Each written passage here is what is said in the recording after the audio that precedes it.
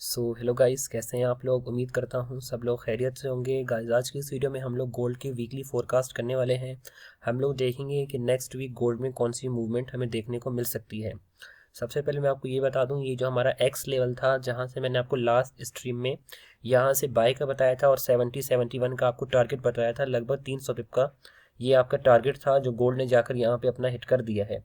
ठीक है, अगर आप हमारे टेलीग्राम ग्रुप में ऐड हैं, वहाँ पर भी मैंने ये अपडेट कर दिया था कि हमारा जो टारगेट है वो हिट हो चुका है। तो अब चलिए अपनी जो वीकली फोरकास्ट की वीडियो है वो स्टार्ट कर लेते हैं।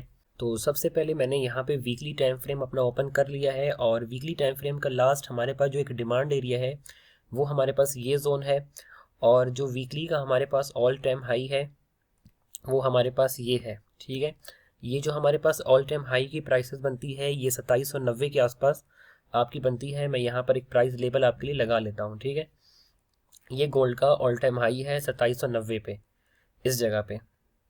और जो आपका वीकली का एक बाइंग लेवल है ये लगभग आपका बनता है 2530 पे।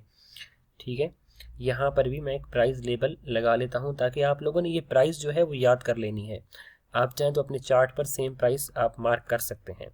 इसको थोड़ा सा नीचे कर लेते हैं, ये 2530 पे है आपका एरिया। ठीक है, और ये हमारे पास है ऑल टाइम हाई गोल्ड का, ये भी मैं यहाँ पे लिख लेता हूँ।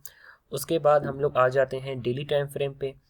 डेली टाइम फ्रेम पर सेम जो जो प्रीवियस वीक मैंने आपको बताया था कि ये डिमांड एरिया को आप इस तरीके से मॉडिफाई भी आप कर सकते हैं इस जगह तक। ठीक है, ये आपका बेस्ट एक डिमांड एरिया है। उसके बाद मैंने आपको ये भी बताया था कि अगर हम लोग यहाँ पे देखें तो यहाँ पे गोल्ड का स्ट्रक्चर शिफ्ट है, मतलब सेलिंग साइड। ठीक है, इसको हम चेंज ऑफ करेक्टर भी हम कह सकते हैं। उसके बाद मैंने आपको बताया था कि ये आपके पास ये सप्लाई एरिया है लास्ट। ठीक है, गोल्ड आपको यहाँ से कोई सेलिंग की मूव यहाँ से आपको देखने को मिल सकती है। आप चाहें तो प्रीवियस वीक वाली जो फोरकास्ट की वीडियो है वो भी आप देख सकते हैं। ये जो आपका एरिया स्टार्ट होता है ये यहाँ से स्टार्ट होता है। तो ये एरिया जो आपका यहाँ से स्टार्ट होता है ये 2700, ये 70 से लेकर ये 2790 तक पूरा आपका 200 पिप का एरिया है। मतलब ये आपका सप्लाई जोन है। अगर यहाँ से आपको कोई सेलिंग मिलती है तो यहाँ से सेल करके आप इस डिमांड लेवल तक आप इसको होल्ड कर सकते हैं। वो किस तरीके से हो सकता है, अगर M15 पे या H1 टाइम फ्रेम में आपको सेलिंग मिलती है तो यहाँ तक फिर आप इसको होल्ड कर सकते हैं। ठीक है, ये था आपका एक डेली का लेवल। इसके बाद हम लोग आ जाते हैं लोअर टाइम फ्रेम में। लोअर टाइम फ्रेम हमारे पास है H4 का।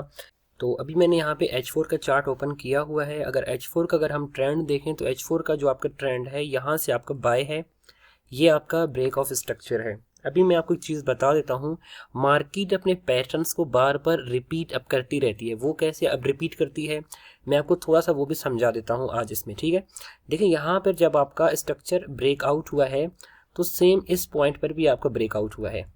अभी यहाँ पर आपने एक चीज़ नोट करनी है कि जब मार्केट फर्स्ट टाइम इसने अपना स्ट्रक्चर ब्रेकआउट किया तो अपने इस ऑर्डर ब्लॉक तक आई थी, इसको टेस्ट किया था मार्केट ने, मार्केट अगेन बाय हो गई। उसके बाद मार्केट ने क्या किया, जब अगेन अपना यहाँ पे देखें स्ट्रक्चर इसका ब्रेकआउट हुआ है।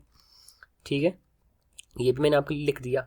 यहाँ पे मार्केट ने क्या किया था, यहाँ पे मार्केट ने अपने स्ट्रक्चर लेवल को टेस्ट किया था एंड अगेन बाय हो गई थी। अगर आप लास्ट वीक का अगर आप फोरकास्ट देखें तो मैंने आपको इस लेवल का बताया था कि अगर गोल्ड अपना ये लेवल ब्रेकआउट नहीं करता, गोल्ड यहाँ पे था, अगर गोल्ड अपना ये लेवल ब्रेकआउट नहीं करता तो अगेन अपना हाई जो है ब्रेकआउट कर सकता है। अपने हाई की जो ये लिक्विडिटी होती है ये स्वीप कर सकता है। वो कहाँ पे थी, वो हमारे पास थी इस पॉइंट पे, ऊपर वाले पॉइंट पे, यहाँ पे। ठीक है, मैंने कहा था कि ये अपना हाई पिक कर सकता है। इसीलिए मैं आपको हर स्ट्रीम पे बता रहा था कि गोल्ड को आपने बाय करना है, गोल्ड आपने सेल नहीं करना। वो आपने अब क्यों बाय करना है, एक छोटी सी एग्जांपल आपको देता हूँ।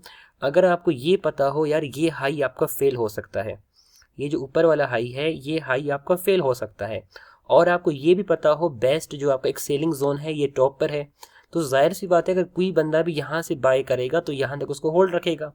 इसीलिए मैं आपको बता रहा था कि अगर आप गोल्ड में बाइंग अप करते भी हैं तो आपने 70 और 71 तक इसको होल्ड रखना है। वो इसलिए मैं आपको बार बार गोल्ड में बाय बता रहा था, गोल्ड में आपको सेल नहीं बता रहा था। अभी देखिए अपने सेलिंग एरिया पे आ चुका है, अभी हमें क्या करना चाहिए। ये तो ओल्ड वाली ये पिक्चर हो चुकी है, अभी क्या करना चाहिए। अभी ये थोड़ी सी मैं ड्राइंग्स यहाँ से मैं रिमूव कर देता हूँ। ठीक है, थोड़ा सा इसको आगे लेकर आ जाते हैं। यहाँ पे क्या कहा था मैंने कि सेम चीज़ें आपकी मार्केट में रिपीट होती रहती हैं। अभी ये सेम पैटर्न आपका यहाँ पे अब क्रिएट हो चुका है अगेन। अभी देखें यहाँ पर अभी हमें क्या करना चाहिए, मैं इसको थोड़ा सा जूम कर लेता हूँ ताकि ये आपको अब क्लियर नजर आए इस जगह तक, ठीक है।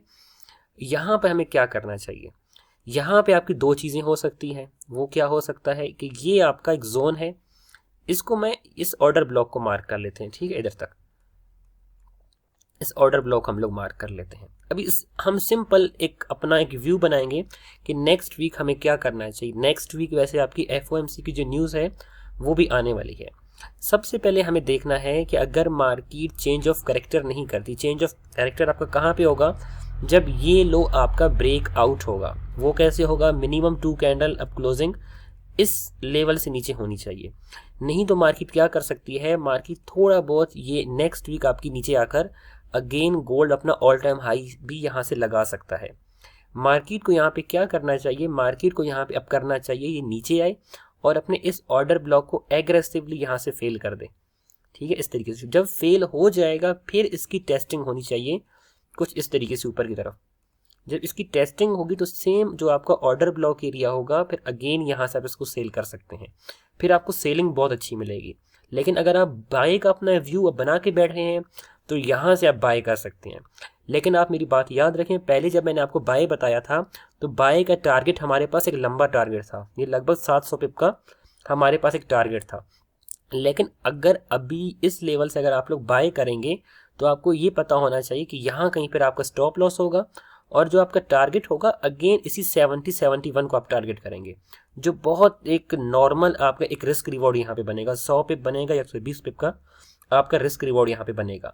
अगर इसी चीज़ को अगर आप उल्टा करते हैं, वो कैसे करेंगे, अगर स्ट्रक्चर शिफ्ट हो जाता है यहाँ पर, अगर चेंज ऑफ कैरेक्टर इस जगह तक, मैं इसको सही कर लेता हूँ, चेंज ऑफ कैरेक्टर अगर आपका इस पॉइंट पे हो जाता है, यहाँ पे ये आपका चेंज ऑफ कैरेक्टर पॉइंट है, अगर ये चेंज ऑफ कैरेक्टर हो जाता है तो इसी की टेस्टिंग पे आती है मार्केट, इसको सेल करेंगे, इसके ऊपर स्टॉप लॉस लगाएंगे और अपने इस ये प्रीवियस जो स्ट्रक्चर लेवल है इसको हम टारगेट कर सकते हैं, जो हमें एक रिस्क रिवॉर्ड यहाँ पे ज़्यादा मिलेगा, कम से कम 500 से 600 पिप हमें यहाँ से मिल जाएंगे।